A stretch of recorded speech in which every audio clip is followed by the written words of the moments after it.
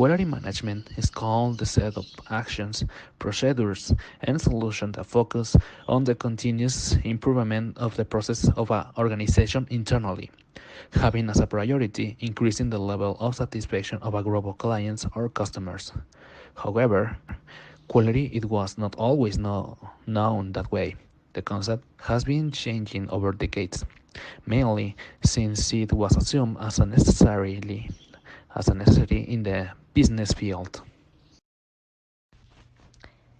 The concept of quality has its beginning at the 19th century, when the Industrial Revolution was at its peak.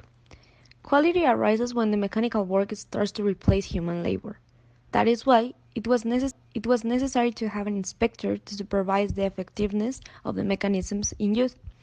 This, in a general way, was the first step into quality, and we can call it the first step as industrialization. The second stage takes place between 1930 and 1950.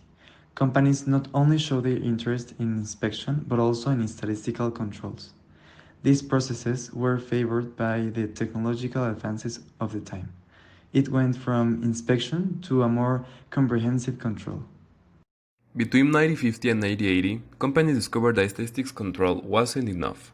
They discovered that it is necessary to break down the processes into stages and after a period of observation detect the mistake of each stage. In these years, the first quality systems appeared, and companies no longer gave priority to quantity of products obtained. Instead, they gave emphasis on quality. From the 80s to the mid-90s, quality was assumed as a strategic process. This is perhaps one of the most significant changes that the concept has had, since from this moment on, continuous improvement processes are introduced. Quality, which is no longer driven by inspectors but by management, is seen as a competitive advantage. In addition, it takes the customer needs as its center of action. The management systems are consolidated and the involvement of the staff increases. At the beginning of the 90s until today, the difference between product and service disappeared.